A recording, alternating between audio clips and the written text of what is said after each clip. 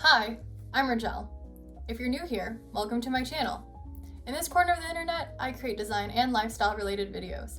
If you're here for an enjoyable time and want to stick around, make sure to subscribe and hit that bell for notifications. So in this video today, I will be talking about how to become a graphic designer. Alright, so let's get into the video, shall we? So if you didn't know about me yet, I am a graphic designer and illustrator. Currently, I'm a freelancer, but before that, I did work as a graphic designer over at the university I graduated from.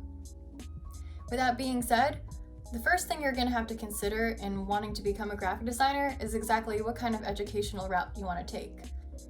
So do you want to be self-taught, or do you want to go the more traditional route and get a formal education and getting a degree? I mean, any route is completely fine, it's really up to you. For me, I kind of did a little bit of both, and I learned things in the classroom and outside the classroom that I wouldn't have otherwise learned had I not tried both. With that being said, I did go to a 4-year university and I applied for their art program and got in. I graduated and I ended up having a Bachelor of Fine Arts degree in graphic design and illustration. After I graduated though, I knew that I still wanted to keep learning. However, I didn't exactly want to go and get a master's degree. I just knew for myself personally, it just wasn't the right fit for me, and so instead I decided to self-teach. With that, I got to brush up on my design skills that I already had, and I also got to get more skills related to my industry that would help me out in this competitive field. So I learned things like video editing, photography, business entrepreneurship, as well as marketing. So when you want to self-teach, there are literally so many options out there. You can take a couple classes in person or online, as well as workshops, and you don't necessarily have to take so many classes. It's really up to you. Also, I will note though, because of the current situation of our world, and you know what I'm talking about, it is probably best to just do a couple classes online or a workshop online, because we want to make sure that all of you guys are completely safe and healthy and taking care of yourself. Apart from workshops and taking a couple classes, there are actually other options. So you can watch videos on the internet, or you can buy books. You can even visit the local library if it's open in your area and it's safe enough to go there.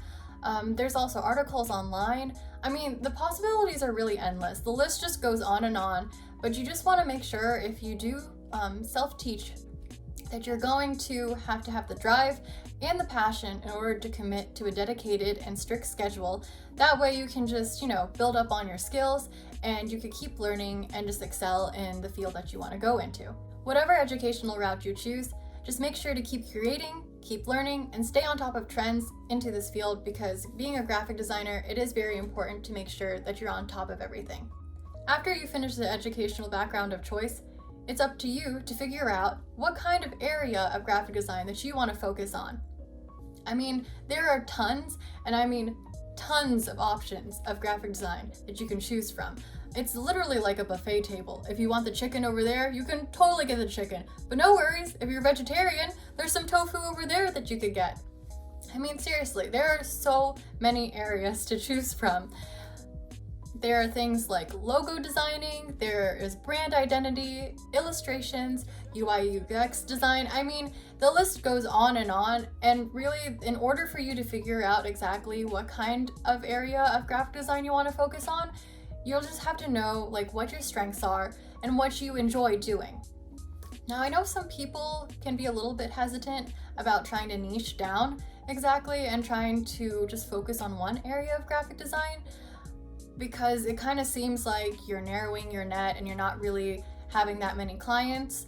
But actually, it's very beneficial to niche down, because it kind of plays up your strengths and it actually lets clients know exactly what it is that you're really good at. And so whenever there's a project being done, let's say you're really good at logos, and there's a client that's like, hey, I need a logo done, they'll know and see you and be like, hey, this person is really good at logos, I should go to them for that. Because it really plays up your strengths, and it really lets the clients know that, hey, this is the go-to person for that said area. So in other words, it's very beneficial, and it is better to just kind of niche down into what you're capable of doing of the best. Now, you could just do 1 or 2 things, it could even be 3, it's just really up to you and knowing that you are very strong in that area of graphic design. If you don't really want to niche down, that could be okay too. Actually, for being a freelancer, it might actually help a little bit, just because you're gonna always have different clients coming in with different projects, and they'll have different scopes that you'll have to, accomplish.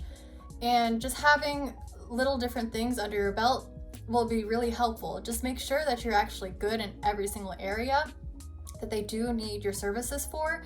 And you still want to just keep in mind of the strengths that you do have. So then that way you could kind of target that a little bit more. The clients will be a little bit more aware of what you are really good at and expect how your designs will turn out. And then just playing up your strengths also kind of helps you know how to sell yourself to your audience. So the last thing to consider when becoming a graphic designer is exactly figuring out, well, where do you want to work? I mean, just as the different areas of graphic design there are literally tons of options as well in the field of graphic design for what kind of work you want to do as a graphic designer. I mean, you thought the buffet was done? There's a whole dessert table over there. That being said, you have to figure out exactly what lifestyle you want and what personality you have that best fits exactly where you want to work. There are tons of options that you can choose from. You can work at a corporate job where you're an in-house graphic designer and you end up sticking to one brand, or you can work for a small startup tech company, or you can work at a design agency. You can even freelance. I mean, the list goes on, and it's just a really wide range of areas that you can work at. I do want to make sure and let you guys know though that depending on what you want to do, if you do want to be an employee and work at like a company per se, it is a little bit more stable in terms of income because you are getting that steady stream every single month or bi-weekly. But also keep in mind that you will have to go and work at their building, every day, probably not on the weekends. It just really depends on the schedule of that company. And if it also helps you to go to that building every day, just so you have a maintained set schedule to go to, that could be very helpful as well for you. However, if you want something a little bit more flexible in your time and being able to work from anywhere in the world basically, then a freelancer might be a little bit more for you, except I will say it is a little more risky in terms of finances, because one month you could be making thousands or hundreds of dollars, and then the next month you could be making nothing, and then it's like, oh, what was that? And then you just see a tumbleweed go across your screen. But that's completely fine, because as long as you budget your money, then you'll be okay. Either route is completely up to you, just whatever is comfortable for you, whatever fits your personality best, what kind of lifestyle you want. I mean, either route is completely fine, just as it is with education. So that is how you can become a graphic designer. If you found this video to be helpful and you enjoyed it, make sure to give this video a thumbs up and just let me know in the comment section below if there's any other design topics you'd like me to cover and talk about. Also, if you're interested, please support me on Ko-Fi by buying me a coffee. It's a one-time payment and helps me out with this channel, as well as my other platforms, so I can keep improving and consistently create creative content for all of you. The link will be in the description below. So thanks for watching, and don't forget to subscribe so we can keep hanging out. And I shall see you in the next video. Bye! Do, re, mi, fa, sol, la, ti, do, ti, la, sol, fa, mi, re, do. Okay, I think we're good.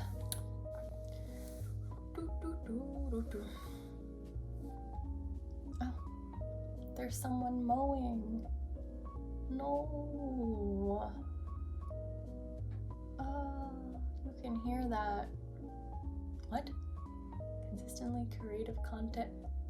Creating creative content. So I can keep consistently. No. So I can consistently create creative content. I mean, imagine saying that 5 times fast. Consistently create creative content. It's